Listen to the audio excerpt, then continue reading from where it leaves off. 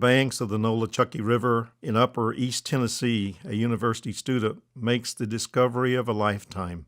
Me and my dad were fishing down the Nolichucky, and we could see, we took on some water. There's a set of rapids just above it, and as we sort of happened upon the bank, there was a grouping of eroded pottery sherds and partial vessels with a few glass beads sort of mixed in. The ceramic materials appears to have been made by Native Americans of a bygone era. Nate shares his findings with Dr. J. Franklin, an archaeologist with East Tennessee State University. Dr. Franklin has been studying the Native American history of southern Appalachia for over 20 years, but Nate's discovery is unprecedented. You know, from my perspective, it was pretty interesting. I was in France that entire summer that Nate started corresponding with me by email, and he was not in school. He'd already had an undergraduate degree, but he and his father, I think, had beached a canoe here to bail some water, and he noticed these, big pieces of pots actively eroding out of the riverbank, and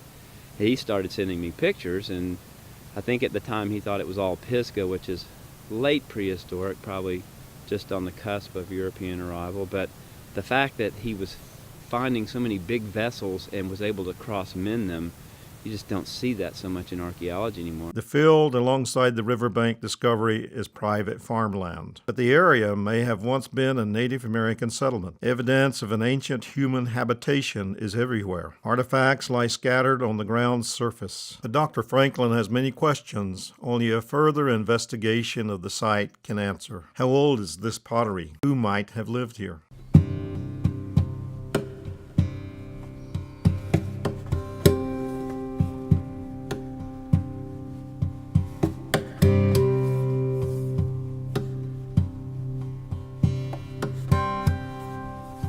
The Nolichucky River is 115 miles long. Flowing from Huntdale, North Carolina, it crosses the Blue Ridge Mountains into Tennessee, joining the French Broad River at Douglas Lake. Feeding the rich farmland of Washington County, the Nolichucky connects Tennessee to North Carolina and the present to the past. The Cane Notch site is situated on the Nolichucky River, and we see the landscape in that part of the world actually marked with Cherokee toponyms, so that the names that stuck to that landscape are in the Cherokee language.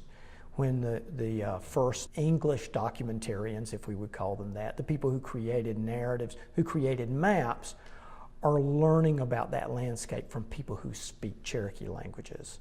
Nolichucky would be a corruption of a Cherokee word we see in an early 19th century account created by a Cherokee speaker, where he refers to that area as Nona Chugan Yi, which would mean the spruce pine place. In the 1770s, the Nolichucky River witnessed the arrival of the region's first European settlers. Davy Crockett, the famous frontiersman and congressman, was born along its shores. But the Nolichucky's waters reach further back into the undocumented history, to people and places that came before the European pioneers. Many different Native American tribes have made this region their home.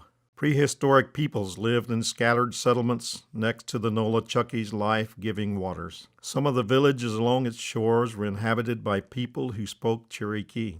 Well, I think the origins of the Cherokee-speaking people obscured in the midst of time, because the language, and if we talk about Cherokees as people who speak the Cherokee language, and of course languages are constantly evolving, as our language does. For instance, 1,000 years ago, there really wasn't something that you could call English in the same sense that we consider English today.